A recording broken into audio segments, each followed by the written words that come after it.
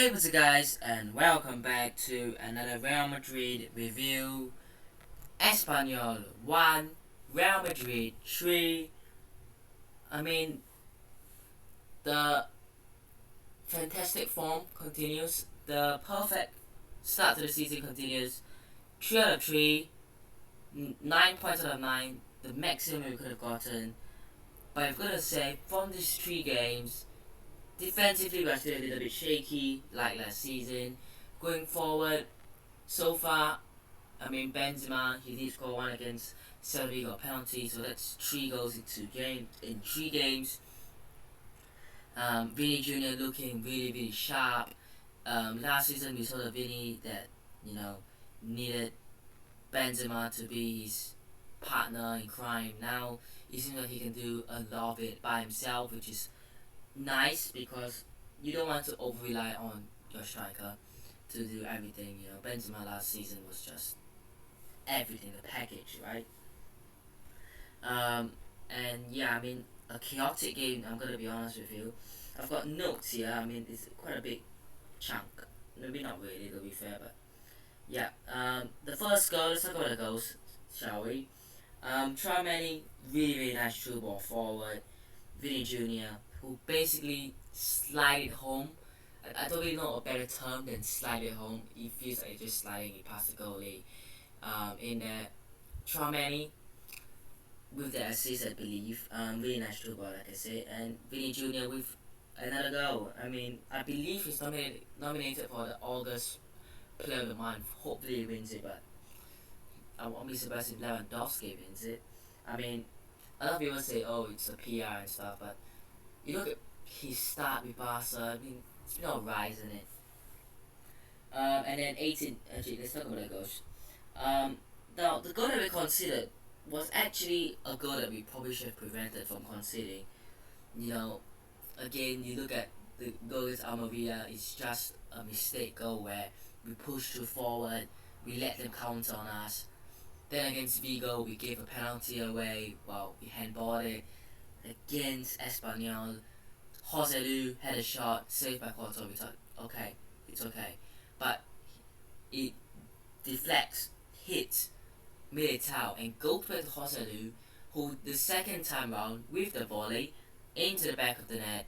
And that is really a goal that I think Militao, I think Porto will have to have the communication at the back. I think Porto will talk to Militao at the end of the game and in training and tell them, look, I'm not gonna say it's your fault, but I think it's that mistake that you made that considered. But I don't think Militao could have done anything much more. The ball just hit him after a save. But I think communication at the back is very, very important for top teams. So yeah, we need a bit of that. It took us until the 88th minute to get basically the winner, but we'll go and score a third later. Benzema, it's a brilliant cross of Rodrigo. He came on, made good impact, and I want to see Rodrigo play more on the right. I don't want Valverde off the right. I know we probably would want Valverde off the right because we want to try to get Valverde, Camavinga, Tchouaméni in there, and we also want to get someone like a Modric or Cruz in that midfield. So we want all 4 in their midfield, but I just feel like it's such a shame to not play Rodrigo. I love the guy. Really, really top tier player, top talent. Rodrigo. Obviously, he was a very, very important part to our Champions League success, like Benzema, like Otto, like Vini, like Valverde. But yeah, he's coming back off an injury, I think. I don't know what injury it was, but it was an injury that didn't let him play the first 2 games of the season. Came on, put in a lovely cross to the far post for Benzema, with basically a tap in, not quite a tap in, but a volleyed tap in, I guess we should call it. Now, this is a very, very good incident here. Benjamin Lecomte, ex-Monaco, last season he was out on at Atletico Madrid, I believe. Now he got a red card because he kicked Ceballos, I think, from behind, because he came all the way out of his goal. I think he came out of the box, you know what I'm saying, the penalty box. and then he just keeps the ball from the back, gets a red card, free kick from the edge of the area, Benzema scores. But overall, I felt that with the chances that we had, I mean, Vinny Jr. had a shot with it outside the boot. Benzema in the second half had a shot from outside the box, punched away by the goalkeeper. We actually scored another one in the 66th minute. Cruz had a curved shot, but I think he might have touched Benzema, who was offside. Benzema 1-2 with Rodrigo, and then he took the shot, deflected over the bar. So we had chances, but we didn't take them, and we had a disallowed goal as well.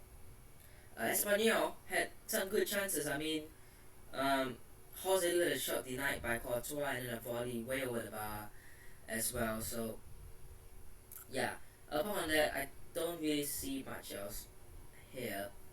Yeah, that's my notes, I think. Yeah. So a brilliant result. I think this is what we needed.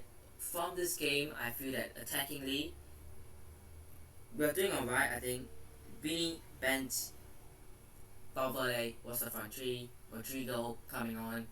I still worry about backup striker now. When I'm recording this and when this video is going out, it's basically, I think, less than 24 hours to the deadline day. You know? And I don't think Real Madrid will make any moves. They have had 3 weeks, but it's been a few weeks since we got rid of a few of these players like Jovic, Bale, Isco. So some of these deadwood who are on high wages, we either let them go on a free or loan them out. So I don't understand why, and even when we missed out on Mbappe and Haaland, that was 2 to 3 months ago, why for that period of time, I feel like why haven't we gone in and gotten ourselves another striker or another attacker when we clearly need one? Now, this is a big gamble from the club because I've read some sort of news and stories that they might go in for an attacker in January during the World Cup at time.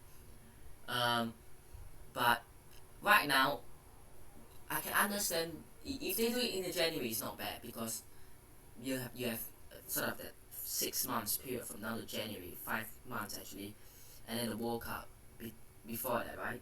But from now to the World Cup, I think I don't know how many games non-stop. So there's no international break. Usually the World Cup's in the summer, then there'll be international break, then it's the World Cup. That's how it goes.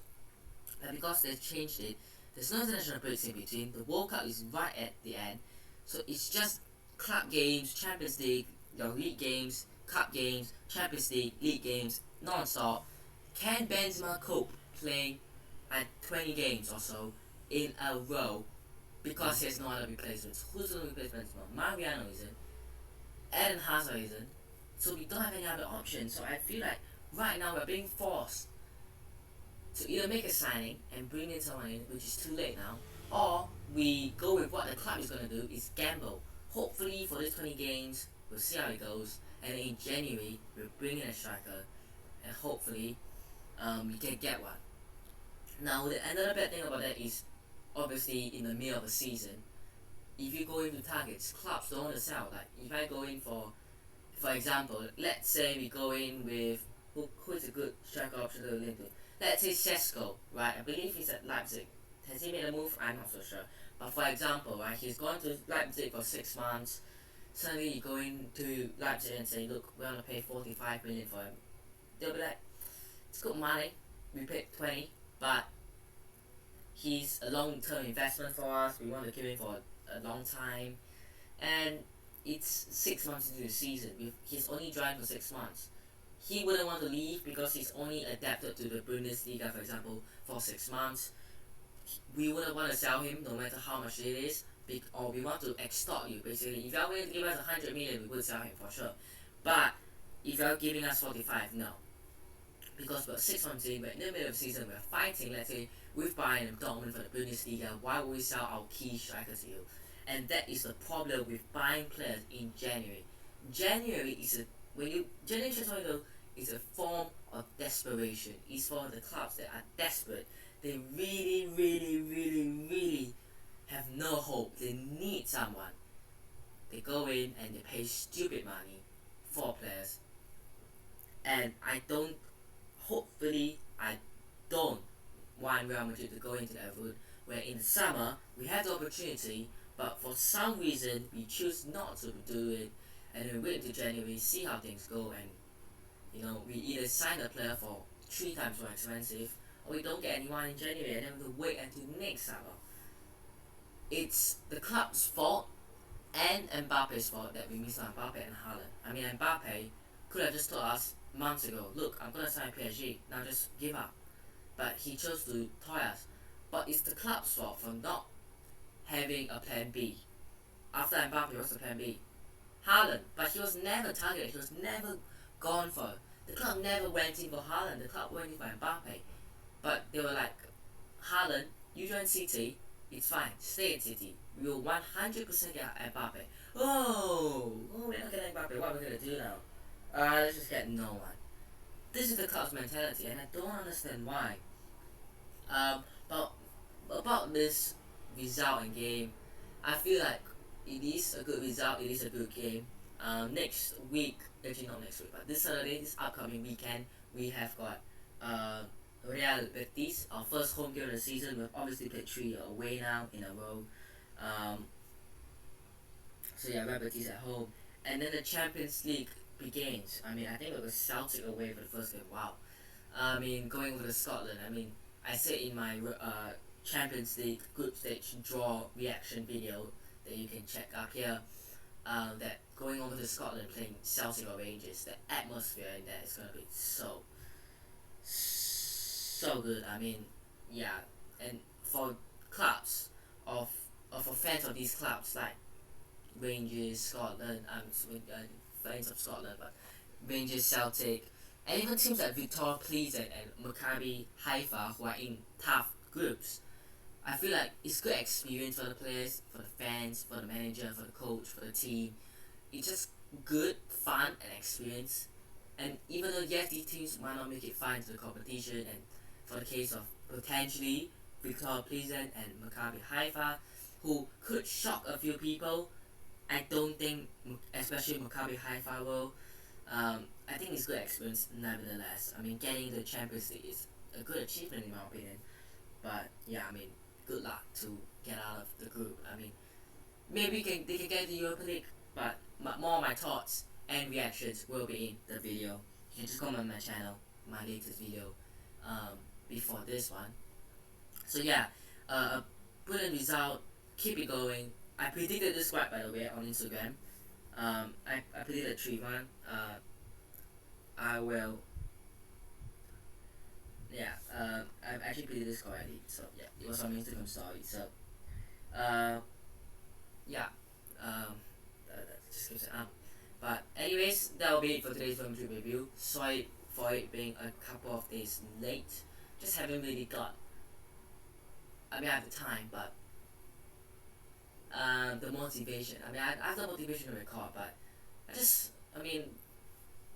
my schedule is the game happened in the midnight, so I wanted to wait for the next day to record.